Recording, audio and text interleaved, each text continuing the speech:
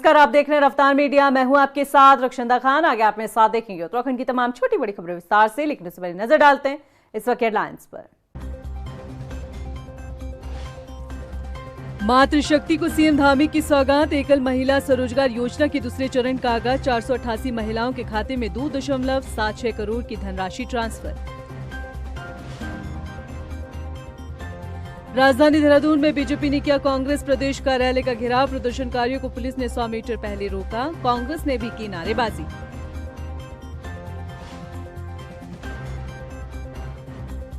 दिल्ली से देहरादून तक छात्रों का हल्ला बोल। संसद मार्च पर भांजी गई लाठियों का विरोध। सरकार से जवाबदेही चाहते हैं छात्र। नहीं बनी बात तो चुनाव में मुश्किल खड़ी करेंगे नौजवान। राजधानी देहरादून में मानसून सीजन को लेकर प्रशासन मुस्तैद। डीएम के निर्देश पर मॉनिटरिंग कर रहा जिला आपातकालीन परिचालन केंद्र। मदद के लिए टोल फ्री नंबर जारी। हेडलाइंस के बाद बुलेटिन में खबरें विस्तार से। देहरादून में सीएम धामी ने मुख्यमंत्री एकल महिला स्वरोजगार योजना के तहत दूसरे चरण का शुभारंभ किया है। इस मौके पर सीएम धामी ने 488 महिलाओं को 2.76 करोड़ से ज्यादा की धनराशि हस्तांतरित की है। इस दौरान सीएम धामी ने कहा कि मातृशक्ति के सशक्तिकरण और आर्थिक आत्मनिर्भरता के लिए हमारी सरकार लगातार काम कर रही है। मुख्यमंत्री एकल महिला स्वरोजगार योजना के जरिए महिलाओं को सम्मानजनक आजीविका, स्वरोजगार के अवसर और आत्मनिर्भर बनाने का सशक्त आधार प्रदान किया जा रहा है। सीएम धामी ने कहा कि आज प्रदेश में 2.65 लाख से ज्यादा महिलाएं लखपति दीदी बन चुकी है, जबकि 5 लाख से ज्यादा महिलाएं 70,000 से ज्यादा स्वयं सहायता समूह से जुड़कर स्वरोजगार और उद्यमिता की नई मिसाल पेश कर रही हैं।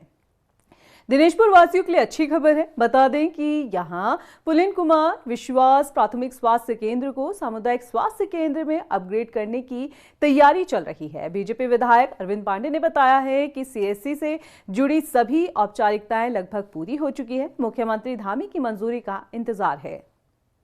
क्या हम पीएससी से इसको सीएससी में बदल पाएंगे, नहीं बदल पाएंगे? पहले हमने कोशिश की, लेकिन जो मानक है उस मानक में कहीं ना कहीं नहीं आ पाता था। लेकिन निरंतर प्रयास के बाद और पहाड़ से पलायन करके हमारी जो लोग आए हैं और भी कई प्रदेशों से लोग आए हैं, तो यहाँ की आबादी बढ़ी है। और पीएससी से प्राथमिक स्वास्थ्य केंद्र से सामुदायिक स्वास्थ्य केंद्र में इसको कैसे बदला जाए, आज कहीं ना कहीं जाके मानक वो आबादी के अनुसार पूर्ण हुआ है। तो हमने यहाँ जिले से प्रस्ताव शासन को भिजवा दिया है और हमने विभागीय मंत्री जी से बात की और जब सब प्रक्रिया नीचे की कंप्लीट हो गई, मैंने आज तक कहा भी नहीं। दिल्ली में पीएम आवास के बाहर कांग्रेस सांसदों के द्वारा किए गए प्रदर्शन का बीजेपी ने विरोध किया है। कांग्रेस को जवाब देने के लिए राजधानी देहरादून में बीजेपी कार्यकर्ताओं ने प्रदेश अध्यक्ष महेंद्र भट्ट के नेतृत्व में कांग्रेस प्रदेश कार्यालय का घेराव किया है। हालांकि पुलिस ने प्रदर्शनकारियों को 100 मीटर पहले ही रोक दिया। इस दौरान पुलिस और प्रदर्शनकारियों के बीच तीखी झड़प देखने को मिली। प्रदर्शन में शामिल हुए बीजेपी प्रदेश अध्यक्ष महेंद्र भट्ट ने कांग्रेस को जमकर कोसा।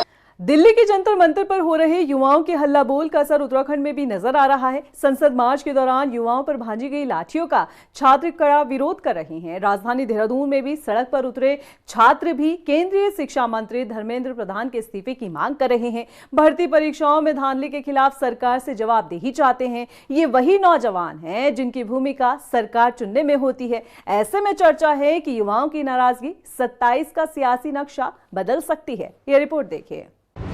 पेपर लीक क्या कर गया कुर्सी वीक। युवाओं की नाराजगी किसे पड़ेगी भारी। क्या 27 में बदल जाएगा सियासी नक्शा।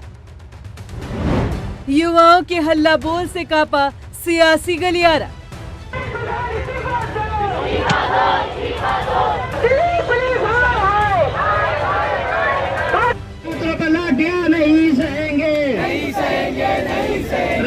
दिल्ली के जंतर मंतर में नीट पेपर लीक और प्रतियोगी परीक्षाओं में हुई धांधली के खिलाफ संसद मार्च कर रहे युवाओं पर भाजी गई लाठियों का विरोध उत्तराखंड में भी हो रहा है। अभी दिल्ली में ये सब हुआ था जंतर मंतर और इतनी तगड़ी तरह से मार पिटाई करी है, वहाँ पर हमारे भाई बहन सब मारे गए। ये भी तो सोचो कम से कम इतनी बुरी तरह से मारे, भले ही वो किसी के भी बहन बेटी हो, लेकिन सबके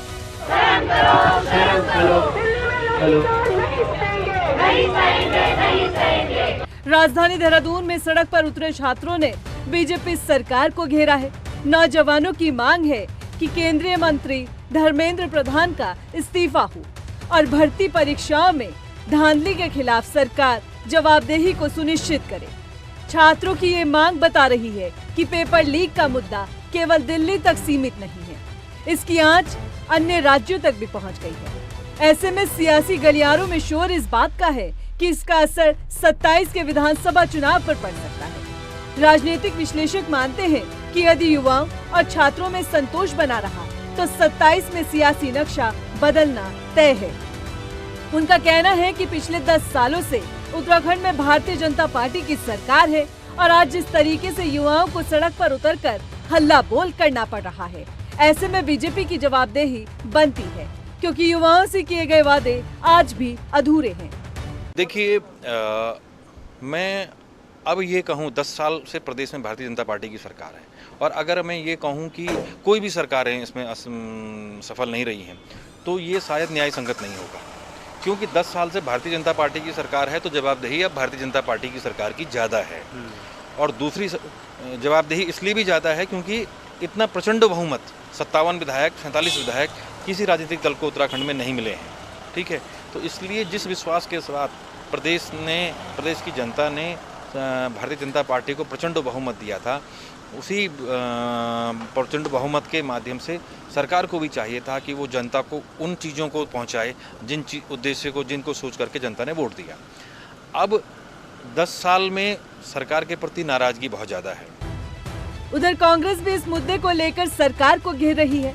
कांग्रेस प्रदेश प्रवक्ता प्रतिमा सिंह का कहना है कि आज देश का हर युवा ये समझ चुका है कि 2014 में जिस पार्टी पर विश्वास दिखाते हुए उन्होंने सत्ता में बिठाने का काम किया था, वो सिर्फ बातें करना जानती है, युवाओं के भविष्य से उसका कोई लेना देना नहीं है। देखिए बिल्कुल, और जिस तरीके से आज पूरा देश का युवा सड़कों पे उतरा हुआ है अपनी मांगों को लेकर के, क्योंकि उसे भी समझ आ चुका है कि जो है कौन डिलीवर कर सकता है अपने वादों को और कौन महज जुमलेबाजी कर सकता है। और ये वही युवा है, आपको याद होगा, जो 2014 में हर घर मोदी घर घर मोदी की बात करता था। और बड़ी जल्दी, मैं कहूँगी समय रहते, इन युवाओं को ये आभास हो गया कि इन्होंने जिसका साथ दिया वो व्यक्ति गलत था, वो पार्टी गलत थी, और उन्होंने सिर्फ जुमलेबाजी की और जिस बात को कांग्रेस पार्टी ने सदैव उठाने का कार्य किया। आज ये युवा भी समझ रहा है कि अगर इनके हक के लिए, इनकी बातों के लिए, इनके अधिकारों के लिए कोई नेता पूरे देश में खड़ा हो सकता है तो माननीय राहुल गांधी जी। आप वहीं दूसरी ओर बीजेपी प्रदेश महामंत्री कुंदन परिहार का भी बयान सामने आया है। उनका कहना है कि हमारी सरकार जीरो टॉलरेंस की नीति पर काम करती है, परीक्षाओं में धांधली करने वाले सलाखों के पीछे है। सरकार ने भर्ती परीक्षाओं में पारदर्शिता लाने के लिए सख्त नकल विरोधी कानून लागू किया हुआ है। आज देश में आदरणीय नरेंद्र मोदी जी के नेतृत्व में सतत रूप से विकास चल रहा है, और उसके कारण से आज संपूर्ण देश की जनता भारतीय जनता पार्टी से जुड़ रही है। विगत दिल्ली में जो घटना घटित हुई है उसमें पहले ही सरकार ने कार्रवाई कर दी है, और सरकार की स्पष्ट मंशा है कि जो भी ये पेपर लीक के मामले में आएगा सख्त से सख्त कार्रवाई उस पर होगी। उसी का अनुसरण करते हुए पूर्व में भी अपने प्रदेश में आदरणीय पुष्कर सिंह धामी जी के नेतृत्व में जो सरकार हमारी है, उन्होंने 100 से अधिक लोगों को उसमें जेल के अंदर डालने का काम किया है। फिलहाल तो युवाओं का गुस्सा हाई है। देश के 7 प्रदेश में भी सियासी माहौल गर्मा चुका है। ऐसे में सत्ता दल को अपनी कुर्सी बचाए रखने के लिए वक्त रहते कदम उठाने की जरूरत है। अब देखना ये होगा कि सरकार युवाओं का गुस्सा कैसे शांत करती है। देहरादून से अशोक कुमार और सुशांत सिंह के साथ ब्यूरो रिपोर्ट। दिल्ली की घटना को लेकर देहरादून में भी छात्र संगठनों का विरोध प्रदर्शन तेज होता दिख रहा है। दिल्ली में छात्र प्रदर्शन के दौरान हुए लाठीचार्ज का विरोध अब उत्तराखंड तक पहुंच गया है। देहरादून में स्टूडेंट्स फेडरेशन ऑफ इंडिया यानी कि एसएफआई ने पुलिस कार्रवाई पर सवाल उठाते हुए इसे लोकतांत्रिक अधिकारों का दमन बताया है। संगठन का आरोप है कि छात्रों की शांतिपूर्ण आवाज को दबाने के लिए पहले से ही तैयारी की गई थी। वहीं विपक्षी दलों ने भी छात्रों का समर्थन करना शुरू कर दिया है। और हमारा ये साफ मानना है कि दिल्ली के अंदर हमारे यहाँ से 25 साथी परसों गए थे, जिसमें से 20 को चोटें लगी हैं और चोटें ऐसी जगह लगी हैं बच्चे बता नहीं पा रहे। सर फटा है, पैर टूटा है, आंसू गैस से वो लोग जो है बेहोश हुए हैं। और ये हमारे देहरादून उत्तराखंड के बच्चों की हालत है दिल्ली के प्रोटेस्ट के अंदर। देखिए, बहुत ही दुखद है, बहुत शर्मनाक है। और जो केंद्र सरकार है, भाजपा की नरेंद्र मोदी की सरकार, बिल्कुल बेशर्मी पे उतर आई है। किस प्रकार से युवा बेरोजगार छात्र, जो देश के छात्र हैं, जो देश के लिए अपनी मांग कर रहे हैं, उनकी क्या मांग है? उनकी यही तो मांग है कि पेपर ठीक से कराइए, पेपर लीक ना हो। बेरोजगारी बढ़ रही है, उनको रोजगार चाहिए। जी, हम यही कहना चाहेंगे इस विषय में, जो भी हुआ है बहुत गलत हुआ है। गुरु गोविंद सिंह जी ने जो खालसा पंथ है ये प्रकट करा था, ये गरीब गौ की रक्षा के लिए करा था। ये खालसा पंथ हमेशा खड़ा है और खड़ा रहेगा। जिस तरीके से कल हमारी माँ बहनों के ऊपर लाठी चार्ज किया गया, उनके साथ गुंडागर्दी की गई दिल्ली पुलिस की तरफ से, उनके कपड़े फाड़े गए, हमें बहुत ज़्यादा आक्रोश है इस चीज़ को लेकर के। दिल्ली में कांग्रेस नेताओं को पीएम आवास के बाहर से हिरासत में लिए जाने का विरोध राजधानी देहरादून में हुआ। देहरादून में कांग्रेस कार्यकर्ताओं ने महानगर अध्यक्ष जसविंदर सिंह गोगी के नेतृत्व में हल्ला बोल किया, साथ ही केंद्र सरकार का पुतला भी दहन किया। कांग्रेसियों ने आरोप लगाया कि लोकतंत्र में जनता की आवाज को दबाने का काम बीजेपी सरकार में किया जा रहा है। केंद्र सरकार एक तो पेपर लीक जो हो रहा है उसका समाधान नहीं निकाल पा रही है, और जो बच्चे लोकतंत्र के तरीके से अपनी आवाज़ उठा रहे हैं उन पे लाठीचार्ज जिस तरह से नई दिल्ली में किया गया है, बच्चों पे, लड़कों हैं, लड़कियों जिन पर लाठीचार्ज किया गया है, उसकी जितनी भी कम क्षमताओं में निंदा की जाए उतनी कम है। इन तमाम बिंदुओं को हम लोग विरोध कर रहे हैं। और हम लोगों ने कल भी राजभवन का घेराव किया था, कार्यक्रम किया था, और आज हम लोग चाह रहे हैं कि धर्मेंद्र प्रधान तत्काल इस्तीफा दे। तब तक हम सड़क से लेकर सदन तक प्रदर्शन करते रहेंगे। दिल्ली के जंतर मंतर पर संसद मार्च के दौरान छात्रों पर हुए लाठीचार्ज के विरोध में उत्तराखंड में भी कांग्रेस कार्यकर्ताओं ने जगह जगह प्रदर्शन किया है। अल्मोड़ा में सांकेतिक शव यात्रा निकालकर चक्का जाम किया गया। वहीं शिक्षा मंत्री के इस्तीफे की मांग भी की गई। वहीं किच्छा में विधायक तिलकराज बेहेड़ के नेतृत्व में कांग्रेस कार्यकर्ताओं ने प्रदर्शन कर केंद्र सरकार का पुतला फूका। हरिद्वार में भी कांग्रेस कार्यकर्ताओं ने मंत्री मदन कौशिक के आवास का घेराव किया। वहीं सितारगंज में भी कांग्रेस कार्यकर्ताओं ने प्रदर्शन कर केंद्र सरकार का पुतला फूका। साथ ही शिक्षा मंत्री धर्मेंद्र प्रधान और प्रधानमंत्री नरेंद्र मोदी के इस्तीफे की मांग की। देखिए, देश की जो नौजवान पीढ़ी है, जो कल के भविष्य है, उनके साथ जो अत्याचार हुए हैं, लाठीचार्ज हुआ है, हमारी बच्चियों बहनों के साथ जिस तरह की हरकतें की गई हैं, कपड़े फाड़े गए हैं, इस केंद्र सरकार को एक दिन भी बने रहने का अधिकार नहीं है। भारतीय जनता पार्टी में केंद्र की जो सरकार बैठी हुई है, नरेंद्र मोदी और जो हमारे तानाशाह जो बन के बैठे हुए हैं, जिस पर उनके द्वारा हमारे बच्चों को लाठीचार्ज किया गया, और जिस तरह कल हमारे देश में जो हमारे एलओपी है राहुल गांधी, और जिस तरह उनके संग जो कल जो घटना घटी और जिस तरह उनको गिरफ्तार करने का काम किया गया, उसी के खिलाफ जो आज पूरी कांग्रेस आंदोलित है। और अब कांग्रेस के कार्यकर्ता, कांग्रेस के नेता, हम सब के नेता, इस देश के नेता और देश के भविष्य राहुल गांधी जी के साथ जिस प्रकार से मोदी सरकार ने अमानवीय व्यवहार किया देश के प्रतिपक्ष के नेता के साथ, उसके विरोध में हमने केंद्र सरकार का पुतला फूका। आज जो ये कांग्रेस से इकट्ठे हुए हैं, ये जगह जगह देश में, हर जिले में, हर प्रदेश में सारे कांग्रेसी इसी तरह आंदोलन कर रहे हैं। और ये सिंपल सी बात है कि अगर जनता की आवाज ही सरकार नहीं सुनेगी तो आप किस लिए खड़े। इन दिनों बीजेपी के नेता आपस में ही लड़ते हुए नजर आ रहे हैं। एक तरफ कैबिनेट मंत्री भरत चौधरी चुनाव से पहले ही पूर्व प्रत्याशी को विधायक डिक्लेयर कर देते हैं, तो वहीं दूसरी तरफ रामशरण नौटियाल नाराज हो जाते हैं और मंत्री जी को अपना ही टिकट बचाने की नसीहत दे डालते हैं। ये रिपोर्ट देखिए। टिकट को लेकर बीजेपी नेताओं में रात। क्या नेता नहीं मान रहे महेंद्र भट्ट की बात? अपने ही पार्टी के मंत्री को बीजेपी नेता की नसीहत। यही रहे हालात तो कैसे होगा 2027 का सपना साकार? 2027 से पहले क्या महेंद्र भट्ट के हाथ से बात निकलती जा रही है?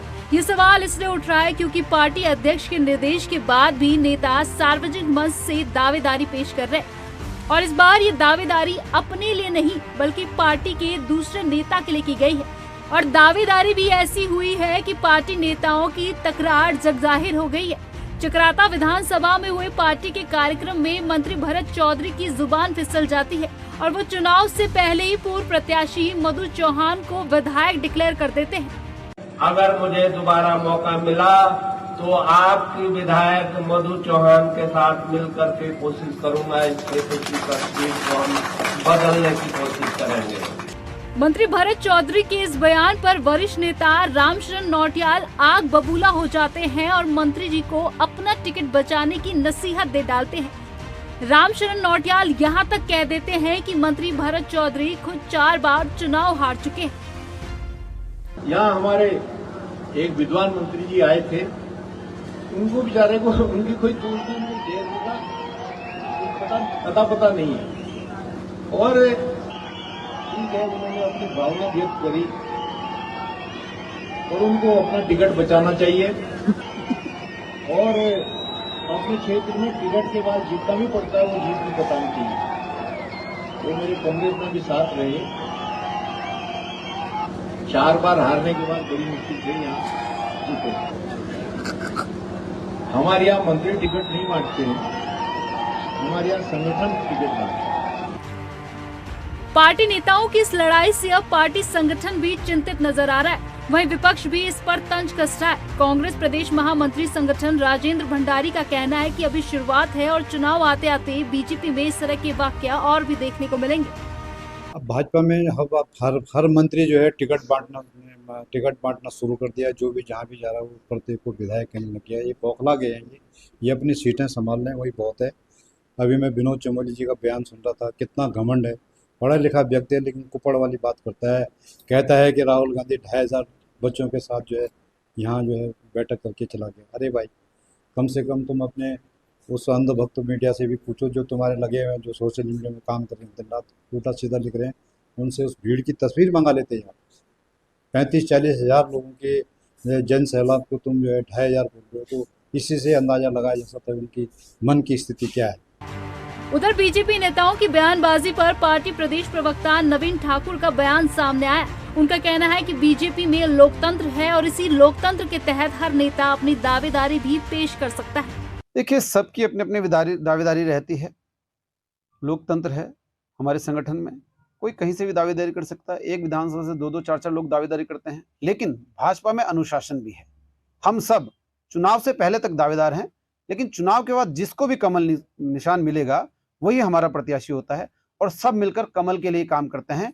और इस बार आप देखते रहिए, चकरौता में हम कमल खिलाने का काम करेंगे और भारतीय जनता पार्टी चकरौता को भी इस बार जो है जीतने जा रही है। उसका लक्ष्य हमने तय कर लिया है। एक तरफ बीजेपी जीत की हैट्रिक लगाने के लिए पुरजोर कोशिश कर रही है, लेकिन दूसरी तरफ पार्टी के दिग्गज नेता अपनी ही पार्टी की किरकिरी कराकर संगठन के लिए फजीहत खड़ी करते नजर आ रहे हैं। जबकि प्रदेश अध्यक्ष पहले ही कह चुके हैं कि अगर किसी भी व्यक्ति को दावेदारी पेश करनी है या फिर अपनी बात को रखना है तो पार्टी प्लेटफॉर्म पर ही रखे। लेकिन शायद अब पार्टी नेताओं ने प्रदेश अध्यक्ष की बात को सीरियसली लेना बंद कर दिया है। ऐसे में सवाल ये खड़ा होता है कि क्या 2027 चुनाव से पहले बीजेपी डैमेज कंट्रोल कर सत्ता में काबिज होने की राह को आसान बना पाएगी। देहरादून से अशोक कुमार के साथ ब्यूरो रिपोर्ट, रफ्तार मीडिया।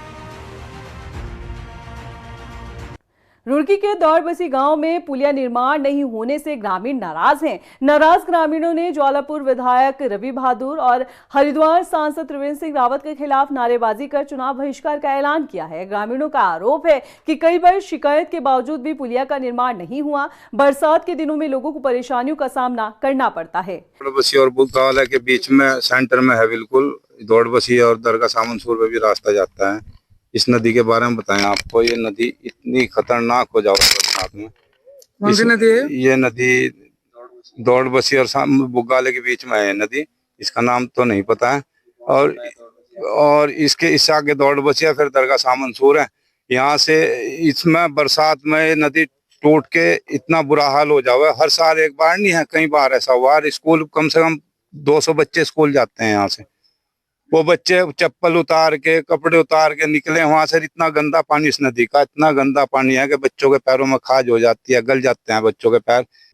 राजधानी देहरादून में मानसून सीजन को लेकर जिला प्रशासन पूरी तरह से मुस्तैद हो गया है। जिला अधिकारी आशीष चौहान की देखरेख में जिला आपातकालीन परिचालन केंद्र से जिले में मौसम और आपदा संबंधित परिस्थितियों की लगातार निगरानी की जा रही है। बता दें कि संवेदनशील क्षेत्रों पर विशेष नजर रखते हुए किसी भी आपात स्थिति से निपटने का दावा किया जा रहा है। मदद के लिए जिला प्रशासन ने टोल फ्री नंबर 1077 और व्हाट्सएप नंबर 7534826066 भी जारी किया है।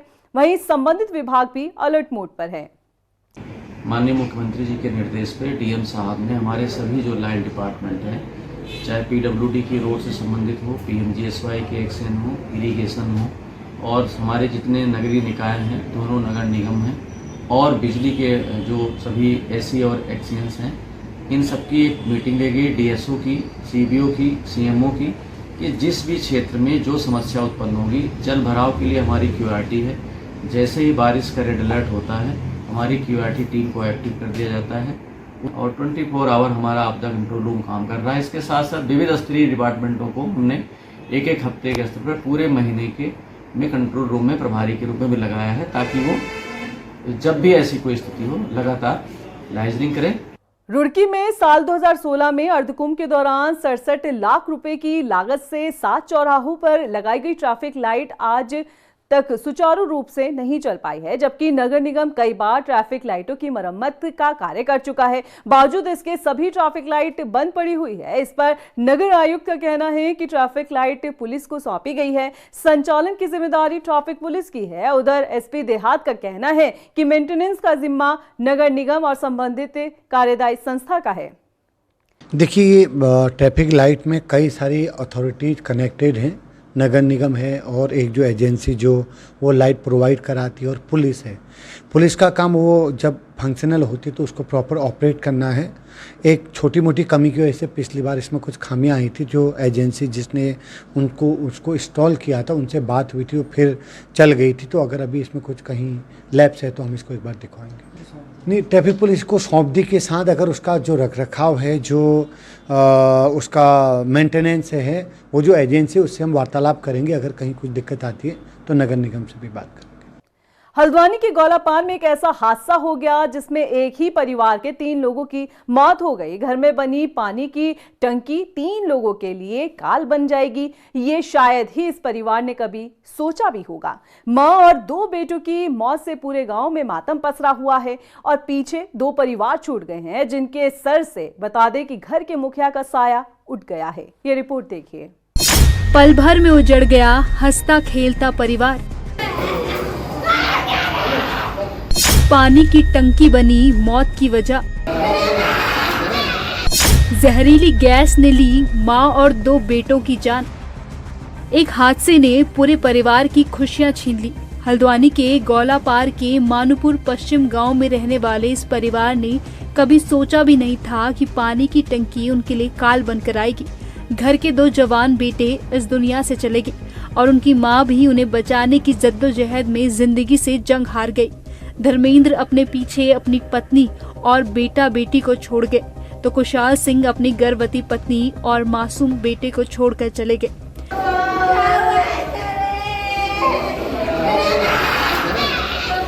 ये हादसा मंगलवार रात हुआ। दरअसल धर्मेंद्र और खुशाल सिंह की मां सरस्वती देवी ने अपने घर में एक पानी की टंकी बनवाई थी। बताया जा रहा है कि सरस्वती देवी के बड़े बेटे धर्मेंद्र पानी की टंकी की शटरिंग खोलने के लिए टंकी के अंदर गए थे, तभी वो टंकी में बेहोश हो गए। ये देखकर मां सरस्वती देवी बेटे को बचाने के लिए पानी की टंकी के अंदर चली गई, लेकिन सरस्वती देवी भी बेहोश हो गई। जिसके बाद बड़े भाई और मां को बचाने के लिए गया छोटा भाई खुशाल सिंह भी टंकी में उतर गया, लेकिन वो भी वहां जाकर बेहोश हो गया। तीनों को कड़ी मशक्कत के बाद ग्रामीणों ने किसी तरह बाहर निकाला और सुशीला तिवारी अस्पताल पहुंचाया, लेकिन तब तक 3 जिंदगियां जिंदगी की जंग हार चुकी थी। गौलापार में मेरी बहन रहती है ज्योति, उनके हस्बैंड उसका नाम, उनके वहाँ पानी का टैंक बना था ग्राउंड फ्लोर में, मतलब नीचे पानी का टैंक बना हुआ था। तो उसको खोलने के लिए धर्मेंद्र सिंह गए थे, वो ढोला खोलने गए थे। तो वो जाते ही ढोला खोला उनने, तो वो नीचे जाते ही बेहोश हो गए। उनको भाई बचाने के लिए गया, भाई उनको निकालने के लिए गया था, वो खुद बेहोश हो गया। तो उनकी माँ भी गई, वो माँ भी खुद बेहोश हो गई। तो फिर उनके गांव में नज़दीकी लोकल के लोग उनको निकालने के लिए मतलब उनको निकाल के मतलब किसी तरह से निकाल के लाए, अस्पताल में पहुंचाया। अस्पताल में देखा तो तीनों लोग गोलाबार से आते ही तीनों लोग यहाँ पर डॉक्टर ने मृत्यु घोषित कर दिया। धर्मेंद्र और कुशाल सिंह ही परिवार का लालन पोषण करते थे। उनकी मौत के बाद परिवार के सामने रोजी रोटी का संकट खड़ा हो गया है। इस दुखद हादसे के बाद से पूरे गांव में मातम पसरा हुआ है। वहीं एसडीएम हल्द्वानी ने भी घटना स्थल का जायजा लिया है। दुखद घटना, हृदय विदारक घटना संज्ञान में आई है। गोलापार चोरगलिया से एक ही परिवार के माँ और उनके 2 पुत्र, उनका कुछ पानी का वहाँ पे स्टोरेज टैंक बन रहा था, उसमें कुछ तीनों जब वो गए तो दम घुटने से उनकी मृत्यु हो गई। तो यहाँ पे उनकी बॉडीज लाई गई है और उनको एक बचाने वाला भी था बाहर का व्यक्ति, तो वो तो अभी सुरक्षित है, अभी सेफ कंडीशन पे है। किंतु तीनों परिवारों की एक बहुत बड़ी क्षति यहाँ पे हो गई है और बॉडीज हमने अभी मॉर्चरी में रखवा दी है। सुबह पीएम के बाद परिवार को उसको हैंडओवर करा देंगे। बताया जा रहा है कि टंकी काफी समय से बंद थी और बंद टंकी में अक्सर मीथेन, हाइड्रोजन सल्फाइड जैसी जहरीले गैसें जमा हो जाती है, जिसके कारण अंदर जाने पर दम घुटने की घटनाएं होती हैं। ऐसे में जहरीली गैस से दम घुटने की वजह से तीनों की मौत की आशंका जताई जा रही है। हालांकि पोस्टमार्टम रिपोर्ट आने के बाद ही मौत की असली वजह पता चल पाएगी। हल्द्वानी से योगेश शर्मा के साथ ब्यूरो रिपोर्ट, रफ्तार मीडिया। लगातार हो रही बारिश के चलते देहरादून से मसूरी जाने वाला मार्ग का एक हिस्सा धंस गया है, जिससे सड़क पर आवागमन बाधित हो गया है और सुरक्षा को लेकर गंभीर खतरा पैदा हो गया है। ऐसी स्थिति को देखते हुए परिवहन विभाग अलर्ट मोड पर है। आरटीओ संदीप सैनी ने बताया है कि फिलहाल इस मार्ग पर भारी वाहनों की आवाजाही को रोक दिया गया है। इसके लिए ट्रक यूनियनों और उत्तराखंड परिवहन निगम को पत्र जारी कर सड़क दुरुस्त न होने तक इस मार्ग का इस्तेमाल न करने के निर्देश दिए गए हैं। अभी कल जो एक मैटर हुआ है जिसमें देहरादून से मसूरी की जो रोड है, एक पर्टिकुलर स्ट्रेच में रोड धंस गई है, तो ऐसे में जो हैवी व्हीकल्स हैं इसके लिए हम यहाँ ट्रक यूनियंस को भी और जो टीजीएमओ की जो बसेस चलती हैं जो समय समय पर जाती हैं उनको भी हम एक लेटर लिख रहे हैं कि इस समय जब तक रोड की स्थिति ठीक नहीं हो जाती तो इस रूट को फॉलो ना करें, जिससे कोई भी अप्रिय घटना या सड़क दुर्घटना ना हो। रुड़की के निजी अस्पताल में हुई मारपीट के मामले में दूसरे पक्ष की प्रतिक्रिया सामने आई है। दूसरे पक्ष ने भी अस्पताल प्रशासन पर गंभीर आरोप लगाया है। परिवार ने बताया है कि अस्पताल के स्टाफ ने बुजुर्ग पिता के साथ मारपीट की थी। बता दें कि परिवार अस्पताल में लगे सीसीटीवी फुटेज को जारी करने की मांग कर रहा है। और ये घटना हॉस्पिटल में पहली बार नहीं हुई है। रुड़की के अंदर और भी हॉस्पिटल है और किसी हॉस्पिटल में कोई घटना नहीं होती है। संजय गर्ग महावीर हॉस्पिटल में ये घटना बार बार क्यों होती है, लड़ाई झगड़ा क्यों होता है, उनका बिहेवियर बहुत गंदा है। हमारे साथ ये बोला गया, उनके स्टाफ ने इतनी बदतमीजी वर्ड बोला है कि बच्चे पैदा करना जरूरी है जब आप बच्चों का खर्चा नहीं उठा सकते हो और इसको यहाँ से लेकर कहीं और चले जाओ, हमारे बस की बात नहीं, हम तो आराम से इलाज करते हैं। और जहाँ मेरी बच्ची महंत हॉस्पिटल में अभी आईसीयू में एडमिट है करंटली, अभी वहाँ पे डॉक्टर ने ये बोला कि जब अभी तो इसमें सांस बचे है, जब सांस खत्म हो जाते तब लेकर आते हैं। फिलहाल के लिए इस बुलेटिन में इतना ही। मुझे दीजिए इजाजत, लेके चलते चलते नजर डालते इस वक्त की हेडलाइंस पर। नमस्कार। मातृशक्ति को सीएम धामी की सौगात। एकल महिला स्वरोजगार योजना के दूसरे चरण का आगाज। 488 महिलाओं के खाते में 2.76 करोड़ की धनराशि ट्रांसफर। राजधानी देहरादून में बीजेपी ने किया कांग्रेस प्रदेश कार्यालय का घेराव। प्रदर्शनकारियों को पुलिस ने 100 मीटर पहले रोका। कांग्रेस ने भी की नारेबाजी।